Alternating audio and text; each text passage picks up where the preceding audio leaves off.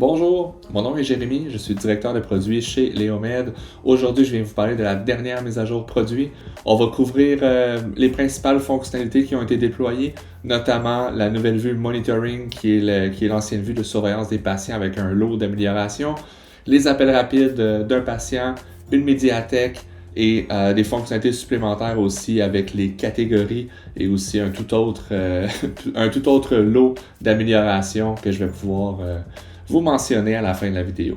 Donc, et voilà, on commence. Pour débuter, je vais vous parler de la vue Monitoring, en fait, qui est l'ancienne vue de surveillance des patients. On avait reçu beaucoup de commentaires dans cette ancienne vue-là, notamment qu'on ne pouvait pas voir assez de patients en même temps sur la vue. Il y avait certaines difficultés à lire les valeurs aussi. Donc, on a pris le temps de bien comprendre vos besoins, rassembler tout ça, puis de bâtir en fait une nouvelle interface qui va vous permettre d'être plus efficace dans votre travail, puis de pouvoir apprécier cette nouvelle vue-là. Donc, j'y vais en rafale avec les améliorations qu'on a fait. Donc, premièrement, on peut voir jusqu'à 10 patients en même temps dans cette vue-là. On a aussi les valeurs qui sont indiquées avec les alertes exactement comme avant. On a rajouté les données manquantes aussi, donc notamment la glycémie qui s'affiche désormais dans cette vue-là. On a ajouté la fonctionnalité de tri, donc on peut trier soit par date d'alerte, par nom, etc. Donc on a de nombreux tris qui sont à votre disposition pour ça.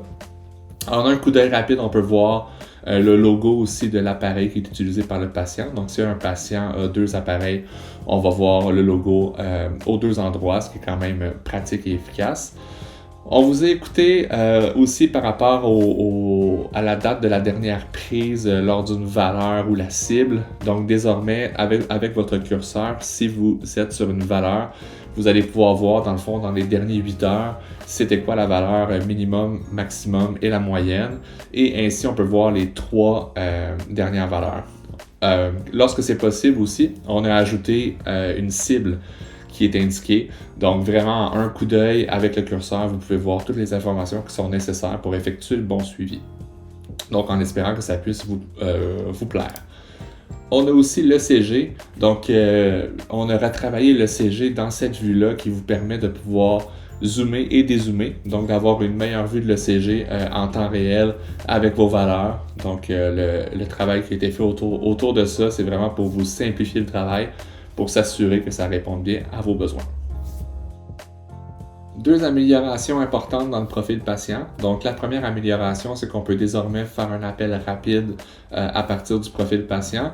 Donc, je vais vous montrer directement avec un visuel, mais en appuyant sur le bouton, on peut déclencher un appel. Donc, c'est vraiment idéal si vous voulez lancer, si vous voulez appeler rapidement le client, faire un appel vidéo avec lui, vous pouvez le faire directement à partir de ce bouton-là. Aussi, on a ajouté une médiathèque. Donc, la médiathèque permet de stocker en fait du contenu audio et des images. Ça a été pensé en fait pour quelqu'un qui utiliserait par exemple un stéthoscope qui voudrait stocker en fait des fichiers audio puis les lier au patient. C'est vraiment l'endroit idéal pour ça. Une autre amélioration a été d'améliorer l'expérience avec les catégories. Donc, désormais, dans la liste des catégories, vous pouvez simplement les déplacer de haut en bas pour choisir l'ordre que vous voulez qui s'affiche dans le profil patient. En plus, directement à l'intérieur d'une catégorie, en fait, vous avez 3 options supplémentaires. Donc, vous pouvez l'afficher par défaut. Vous pouvez la verrouiller aussi. Je donne un exemple. Si vous êtes connecté avec l'ADT puis vous ne voulez pas que manuellement quelqu'un modifie une valeur, vous pouvez la verrouiller. Donc, les valeurs, en fait, vont automatiquement s'ajouter avec l'intégration, mais manuellement ne pourront pas être modifiées. Et on a aussi la fonctionnalité qui est de pouvoir cacher une catégorie. Donc, si vous voulez qu'une catégorie ne soit pas nécessairement présente, soit dans les tableaux ou soit dans le profil patient, vous pouvez simplement la cacher. Évidemment, tout ce lot-là de fonctionnalités est disponible dans les permissions. Donc, vous pouvez vous assurer en fait que certains utilisateurs pourraient voir, par exemple, des catégories cachées que d'autres utilisateurs ne pourraient pas selon vos rôles que vous aurez définis. Pour terminer, j'y vais avec les derniers ajouts en rafale. Donc, on a désormais ajouté la configuration du format de date et de l'heure qui est standardisé à travers la plateforme. Vous pouvez le faire à partir des configurations générales. On a ajouté aussi l'âge, entre parenthèses, en fait, à côté de la date de naissance dans le profil patient. C'était quelque chose qui nous avait été demandé, qu'on trouvait très pertinent à ajouter. On a ajouté aussi les types de données supplémentaires qu'on avait en lien avec la glycémie.